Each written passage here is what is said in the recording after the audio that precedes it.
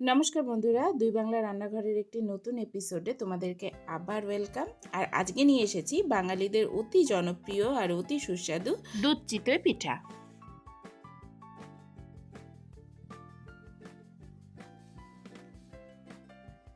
দুধ চিতই পিঠা বানানোর জন্য আমাদের প্রথমেই যেটা প্রয়োজন হবে সেটা হচ্ছে চালের গুঁড়ো। ঢেঁকি ছাটা চালের গুঁড়ো হলে বেশি ভালো হয়। বাজারে শুকনো চালের গুঁড়ো দিয়েও কিন্তু খুব সুন্দর পিঠে তৈরি করা যায়, তবে আমি এখানে আজকে ঢেঁকি ছাটা চালের গুঁড়ো ব্যবহার করেছি। চালের গুঁড়োটার সঙ্গে একটু নুন মিশিয়ে নিচ্ছি, আর খুব ভালোভাবে নুন আর চালের গুঁড়োটাকে হাত দিয়ে মিশিয়ে নিতে হবে, মানে চালের গুঁড়োর মধ্যে যেন কোনো লাম্প না থাকে। চালের গুঁড়োর মধ্যে লাম্প থাকলে কিন্তু পিঠেগুলো ভালো করে ফুলবে না, ভেতর থেকে শক্ত থেকে যাবে। খুব ভালোভাবে মিশিয়ে নেওয়ার পর হাতে সহ্য হয় এরম টেম্পারেচারের ঈষদুষ্ণ জল অল্প অল্প করে দিয়ে এই চালের গুঁড়োটাকে মেখে নেব। এই মাখাটা একটু ধৈর্য সহকারে করতে হবে। অল্প অল্প করে জল দেব আর অল্প অল্প করে চালের গুঁড়োগুলোকে মেখে নেব। চালের গুঁড়োটাকে খুব ভালোভাবে মাখতে হবে। মাখার উপরেই পিঠের কোয়ালিটি নির্ভর করবে, মানে পিঠে ফুলবে কি ফুলবে না সেটা কিন্তু সম্পূর্ণটাই এই মাখার উপরেই নির্ভর করবে। মাখতে মাখতে চালের গুঁড়োর মধ্যে একটা আঠালো ভাব চলে আসে। আবার একটু জল দিয়ে চালের গুঁড়োকে মাখতে হবে, আর জলের টেম্পারেচারটা যেন খুব বেশি না হয়, মোটামুটি হাতে সহ্য করা যায় এরম একটা টেম্পারেচারে জল নিতে হবে, মানে হালকা ঈষদুষ্ণ জল নিতে হবে। এই পর্যায়ে এই অবধি মেখে আমি চালের গুঁড়োগুলোকে 1 ঘন্টার জন্য রেখে দেব। তাতে চালের গুঁড়োর ভেতরে যে যদি কোনো শক্ত অংশ থাকে বা লাম্প থাকে সেটা কিন্তু জলে নরম হয়ে যাবে আর খুব ভালোভাবে চালের গুঁড়োর সাথে মিশে যাবে। খুব ভালোভাবে ফেটাতেও হবে চালের গুঁড়োটাকে, মানে যত ভালোভাবে এর ভিতরে বাতাস ঢুকবে পিঠাগুলো ফোলার সম্ভাবনা কিন্তু তত বেড়ে যাবে। এই অবস্থায় চালের গুঁড়োটাকে মেখে আমি 1 ঘন্টার জন্য রেখে দিচ্ছি। পরে আরেকটু জল দিয়ে আরেকটু মাখতে হবে। আর এই ফাঁকে গুড়টা রেডি করে নিই। এখানে আমি খেজুর গুড়ের মধ্যে একটুখানি জল দিয়ে গুড়টাকে কিন্তু লিকুইড করে নিয়েছি। মোটামুটি গুড়টা লিকুইড হয়ে গেছে। এবার এটা ঠান্ডা হলে তবে দুধের সঙ্গে মেশাবো। এবার এটা একটু ঠান্ডা হতে থাক, আমরা চলে যাই পিঠে তৈরিতে। এবারে 1 ঘন্টা পর এই ব্যাটারটা দেখো। এবারে এটাকে আর একটু হাত দিয়ে ভালো করে মিশিয়ে নিচ্ছি, আর এর মধ্যে দেব ঈষদুষ্ণ গরম জল। আর পাশে কিন্তু তাওয়াটাকে মানে পিঠের সাজটাকে কিন্তু আমি বসিয়ে রেখে দিয়েছি গ্যাস স্লো করে। পিঠের সাজটাকে মোটামুটি 10 থেকে 15 মিনিট পর্যন্ত আমি রেখে দিয়েছি। এবারে ব্যাটারটা রেডি হলেই ধীরে ধীরে পিঠে ভাজতে শুরু করব। আর একটু জল মেশাতে হলো, এই রকম একটা পাতলা ব্যাটার তৈরি হবে। আর দেখো ব্যাটারে বুদবুদ উঠতে শুরু করেছে, মানে ব্যাটারটা কিন্তু রেডি। এবারে এই সাজের মধ্যে ন্যাকড়া দিয়ে একটুখানি সর্ষের তেল মাখিয়ে নিয়েছি, এই ব্যাটারটা দিয়ে দিচ্ছি। প্রথমবারে যে পিঠে ভালো উঠবে তার কোনো মানে নেই। এই সাজটার টেম্পারেচারটা রেডি হতে মোটামুটি 2-3 বার দেওয়ার পর সাজের টেম্পারেচারটা কন্ট্রোলে আসে। প্রথমবারে যদি পিঠে ভালো না হয় তাহলে কিন্তু ভেঙে পড়ার কোনো মানে নেই। এ দেখো পিঠেগুলো কিন্তু এই প্রথমবারে খুব একটা ভালো ওঠেনি, উঠে যাচ্ছে ঠিকই কিন্তু পিঠেগুলো কিন্তু ফোলেনি। যাই হোক, মন খারাপ করার কোনো ব্যাপার নেই।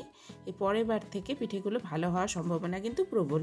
মানে তাওয়ার টেম্পারেচারটা সাজের টেম্পারেচারটাকে আমাদের অ্যাপ্রোপ্রিয়েট আনতে হবে। আবার একটু ভালো করে তেল দিয়ে, মানে অল্প একটু তেল দিয়ে আবার একটু মুছে নিচ্ছি। আর দিয়ে দিচ্ছি একটুখানি জল দিয়ে গ্যাসের ফ্লেমটা হাই করে দিলাম। আর এরকম পিঠে বানানোর সাজ তোমরা বাজারে যে কোনো দোকানে যেখানে লোহার বাসনপত্র পাওয়া যায়, লোহা অ্যালুমিনিয়ামের বাসনপত্র, সেই দোকানে ইজিলি পেয়ে যাবে। আর ওপরে ঢাকনাটা হতে হবে এমন যাতে করে ভেতর থেকে বাতাস বাইরে না আসে আর বাইরে থেকে বাতাসও ভেতরে না যায়। আর ভেতরে বাতাসটাই পিঠেগুলোকে ফুলতে সাহায্য করবে।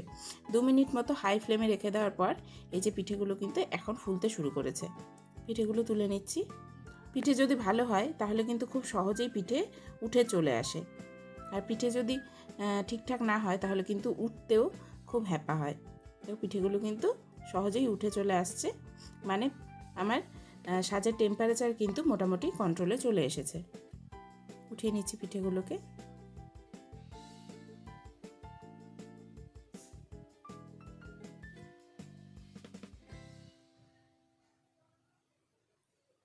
এবার সাজটাকে আবার একটু শুকনো কাপড় দিয়ে পরিষ্কার করে আবার ব্যাটার দিয়ে দিচ্ছি। ব্যাটার দিয়ে ঢেকে দিতে হবে, আর গ্যাসের ফ্লেমটা কিন্তু হাই রাখতে হবে। আর এই ঢাকনাটা যেহেতু একটু ফাঁকা থাকে তাই ওপরে একটা শিল দিয়ে দিচ্ছি। আর এখানে দুধ জাল দিয়ে একটুখানি ঠান্ডা করে নিয়েছি, মানে গ্যাসের ফ্লেম কিন্তু এখন অফ। দুধটাকে আগেই জাল দিয়ে ঘন করে নিয়েছি। এবারে একটু নাড়াচাড়া করে একটু ঠান্ডা করে নিয়ে তারপরে ওই গলানো গুড়টা এর মধ্যে মেশাতে হবে। গুড়টাও একটু ঠান্ডা হয়েছে আর দুধটাও কিন্তু একটু ঠান্ডা হয়েছে এবং ফ্লেম কিন্তু অফ। এইভাবে দুধের সঙ্গে গুড় মেশালে পায়েস বানাও বা পিঠে বানাও কখনোই কিন্তু দুধে গুড়ে ফেটে যাবে না। মানে গুড় মেশানোর সঙ্গে সঙ্গে দুধ যে ফেটে যায় কোনো কোনো ক্ষেত্রে, কখনো কখনো কারো কারো হয়, সেটা কিন্তু হবে না। গুড়টাকে একটু জাল দিয়ে একটু ঠান্ডা করে নিতে হবে আর দুধটাকেও জাল দিয়ে ঠান্ডা করে নিতে হবে। দেখো চিতই পিঠেগুলো কত নরম হয়েছে। এগুলোকে এবার ডাইরেক্ট এর ভেতরে দিয়ে দেবো। আর গ্যাস জ্বালানোর কিন্তু কোনো প্রয়োজন নেই। এই গরম দুধের মধ্যে পিঠে থাকলেই পিঠে কিন্তু ভিজে একেবারে নরম হয়ে যাবে। ওদিকে পিঠে ভাজা হচ্ছে আর এদিকে আমি পিঠেগুলো দুধের মধ্যে দিয়ে দিচ্ছি। আবারও দিয়ে দেব।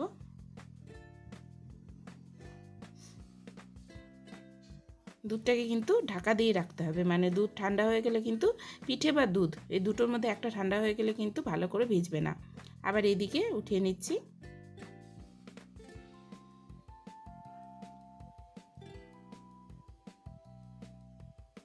পিঠেগুলো কিন্তু এবারে সহজেই উঠে যাচ্ছে।